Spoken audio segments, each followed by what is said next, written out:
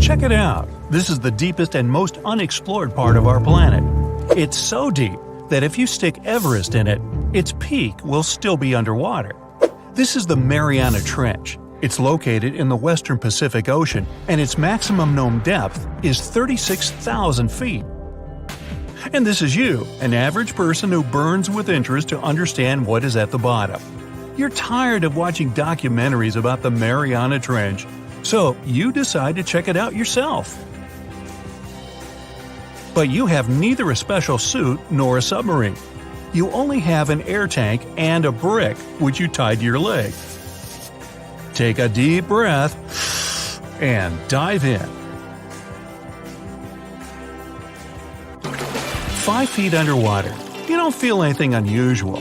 This is the depth you might jump into a pool or swim at the beach to see exotic fish. 5 feet doesn't cause any inconvenience and you feel quite comfortable. But the brick pulls you deeper, and soon you find yourself at a depth of 32 feet. Here, you begin to feel the main problem of diving so deep. And no, it's not hungry sharks looking in your direction. It's that kraken! No, not really. The main threat is pressure. On the water surface, you felt 1 atmosphere of pressure. At a depth of 32 feet, this pressure is double. Now, don't worry, you're safe for now, but you may already feel discomfort in the eardrums. This is because the pressure causes the air volume in your body to compress. You'll feel this in your ears, sinuses, and lungs. But these air pockets in your body are flexible enough to withstand even more specific depth. You continue to descend. 65 feet underwater. It's already quite dark here, and the discomfort from the pressure increases.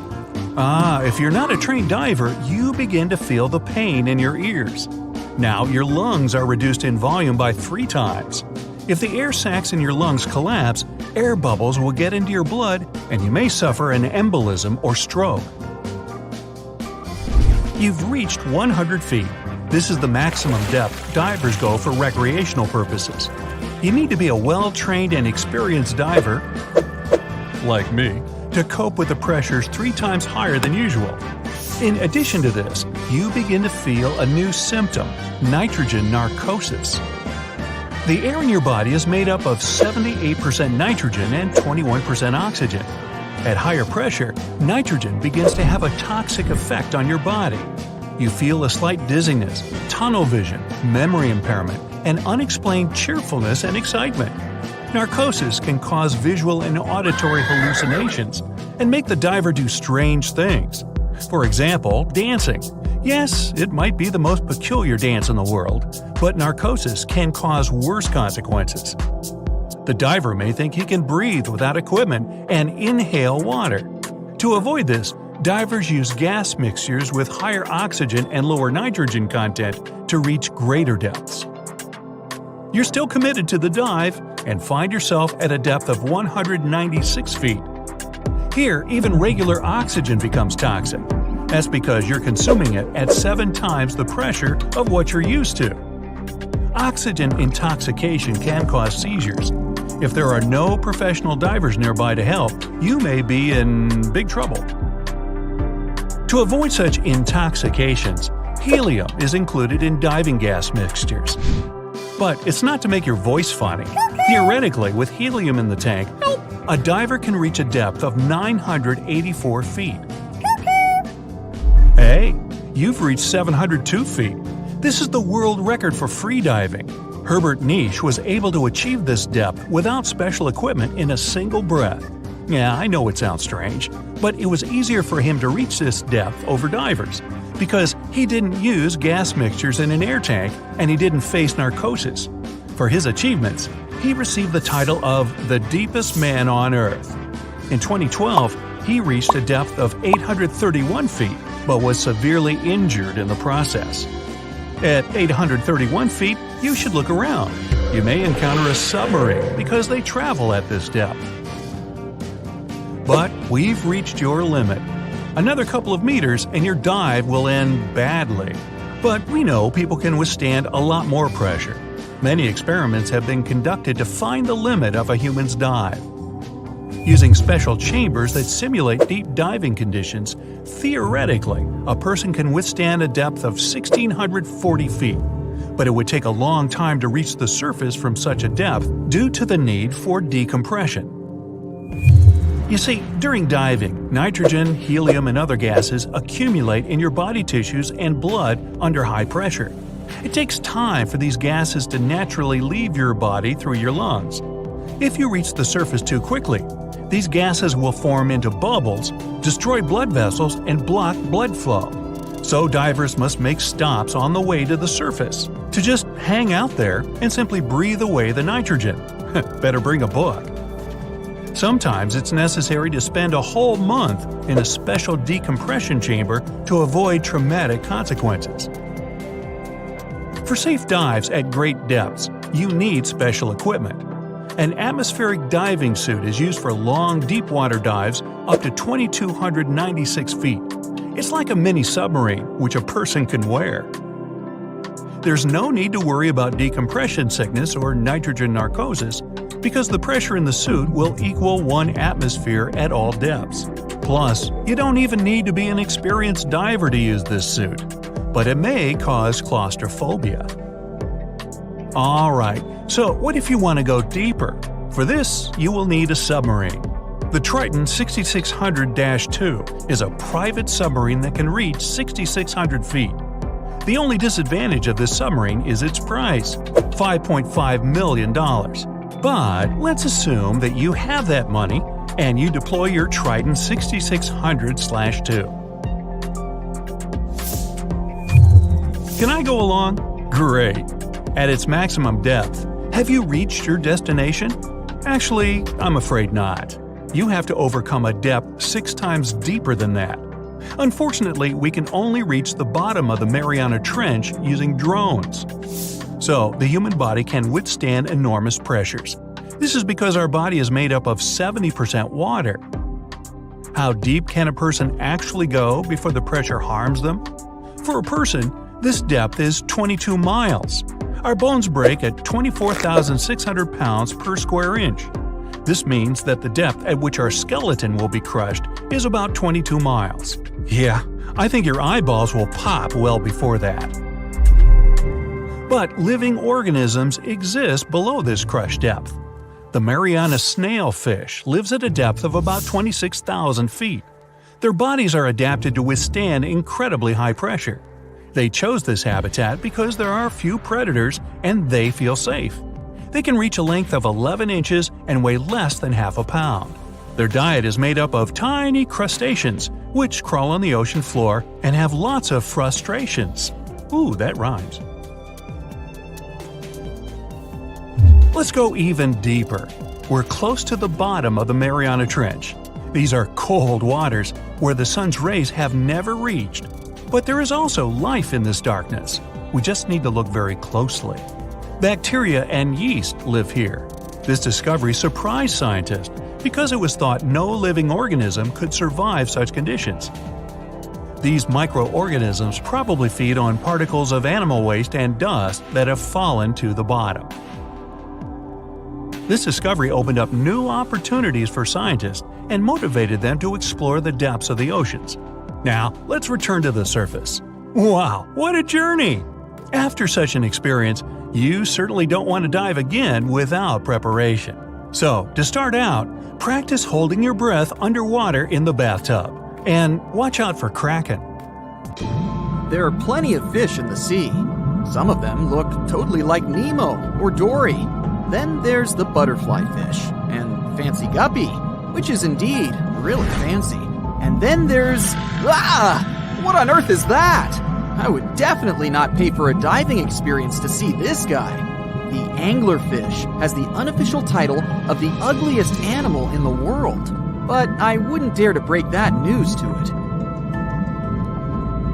There are more than 200 species of anglerfish currently swimming somewhere in the gloomy depths of the Atlantic and Antarctic Oceans, up to a mile below the surface. Some of them prefer different living conditions, the shallow tropical environments. Different kinds of anglerfish vary in shape and size, from the famous black sea devil to frogfish, monkfish, footballfish, goosefish, batfish, and sea toad. The larger ones can be half as long as a full-size bed, but most are less than a foot long. Since the choice of meals where these guys live isn't that huge, they had to come up with a unique hunting strategy. They don't waste their priceless life energy on following prospective prey. Instead, they use a piece of dorsal spine that sticks above their mouths like a fishing pole, hence the name of the fish. There's a sac of bioluminescent bacteria that glows brightly in the dark at the end of that rod. The light lures prey, and all the anglerfish has to do is wait, and then enjoy its lunch delivered right to its mouth. Their bodies are pliable and huge, so they can easily swallow prey twice their size. Deep-sea anglerfish eat whatever they can find. Species that live in more shallow water aren't picky either, and can eat anything from shrimp to snails and small fish. Only female anglerfish have the cool fishing rod feature though. So what about their males? Finding a soulmate deep under the sea isn't that easy. I mean, literally, there's no light down there. Plus, there are frigid temperatures and low oxygen levels. Anglerfish can't afford to go on many dates in those conditions, so they mate for life. And before you go aw about it, I have to tell you, they do it in quite a special way. Male anglerfish are much smaller than their ladies. The contrast is so striking that when researchers first got interested in their love life, they thought those males were actually the offspring, or larvae, hanging out next to their moms. Certain anglerfish male species have receptors that alert them that there's a female nearby. After they mate, the male bites into his woman and stays attached to her head, belly, near her tail, and other areas he can access. While they morph together forever, the female fish gets the male's cells, DNA, and reproductive organs, but loses her immune response cells. The male gets free permanent housing and nutrition. Given the current real estate prices, it sounds like a dream. But that accommodation is shared by up to 8 males, and they can't move out if they ever feel like it. You're unlikely to meet this deep-sea fish in real life, but if you meet an anglerfish in your favorite video game, remember that you can easily outswim it and make it kinder to you with tranquilizing arrows. Once you befriend it, the anglerfish can be your scout and help you discover new areas with its bioluminescent pods. Back in the real world, down in the twilight zone of the ocean, about 650 to 3,300 feet down, the anglerfish isn't the only creature you're lucky you'll probably never meet. Many of the locals look like they come straight out of science fiction or horror movies, but that's because they had to adapt to this dark, deep world. I did my best to get you prepared for the creatures you're going to meet, starting with the common fangtooth. They spend most of their lives deep down, but at night, they move toward the surface to snack. These guys are more active than most other deep-sea dwellers. They don't wait for food to come their way, but actually follow it, and then get it with their long, hungry teeth.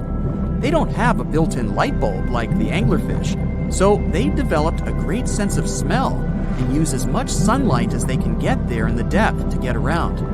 Sometimes, even the shadow of a passing by prospective prey is enough for them to switch to action mode. And though they don't look too charming, they're completely harmless to humans if you ever run into one of these guys. Stoplight Loosejaw sounds like a great name for an alternative band, but it's actually another deep-sea resident with sneaky hunting habits.